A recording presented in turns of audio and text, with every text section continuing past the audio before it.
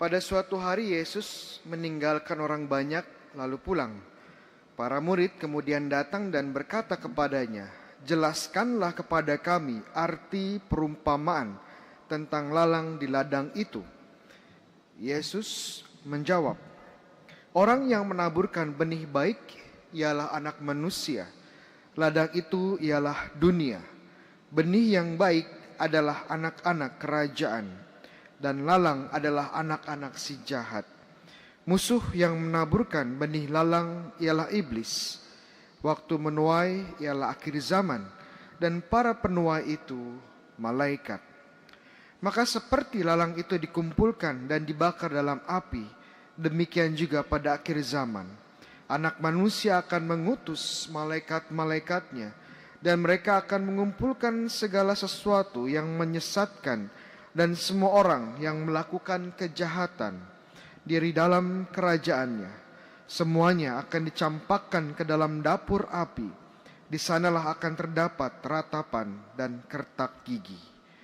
Pada waktu itulah orang benar akan bercahaya seperti matahari dalam kerajaan Bapa mereka. Siapa bertelinga, hendaklah ia mendengarkan." Demikianlah Injil Tuhan. Terpujilah Kristus. Sahabat-sahabatku yang terkasih, salah satu metode yang digunakan oleh Yesus dalam mengajar adalah menggunakan perumpamaan.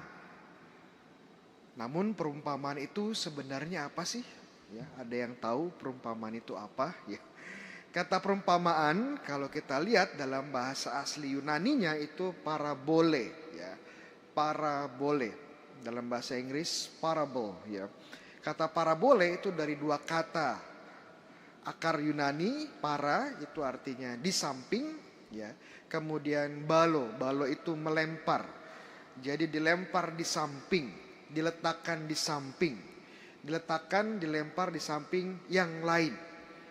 Jadi sebenarnya satu dipasang, ditempatkan di samping yang lain. Menjadi sebuah perbandingan, komparasi. Ya. Makanya dalam bahasa Indonesia diterjemahkan sebagai perumpamaan. Diumpamakan seperti, ya. Makanya kata yang digunakan oleh Yesus, kerajaan Allah itu seumpama ini, kerajaan Allah itu seperti itu, ya. Pada kesempatan hari ini perumpamannya adalah tentang, ya, kerajaan Allah seperti ladang di mana ada gandumnya, ada lalangnya, ya. Menjadi sebuah komparasi, perbandingan. Itu cara Tuhan Yesus mengajar, ya, menggunakan perumpamaan atau perbandingan. Namun kenapa Tuhan Yesus menggunakan perumpamaan untuk mengajar? Ada beberapa ahli mengatakan dia mengajar menggunakan perumpamaan untuk lebih mudah dimengerti. Karena kata-kata yang digunakan, pilihan kosakatanya itu mudah dimengerti. Bagi orang-orang yang bekerja di ladang, agrikultur, istilah ladang, gandum, lalang ini suatu yang biasa digunakan. Jadi harapannya mudah dimengerti ajaran Yesus. Namun apakah benar seperti itu? Jawabannya tidak. Justru perumpamaan digunakan untuk menyembunyikan kebenaran. Loh, kok malah disembunyikan, ya? Kalau kita lihat, ya, Injil hari ini.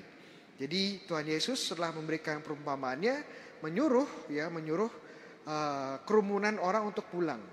Dan para rasul dan para murid datang kepada Yesus bertanya, "Jelasin dong makna perumpamaan ini." Ini berarti perumpamaannya, ya, tidak mudah dimengerti, sulit dimengerti bahkan.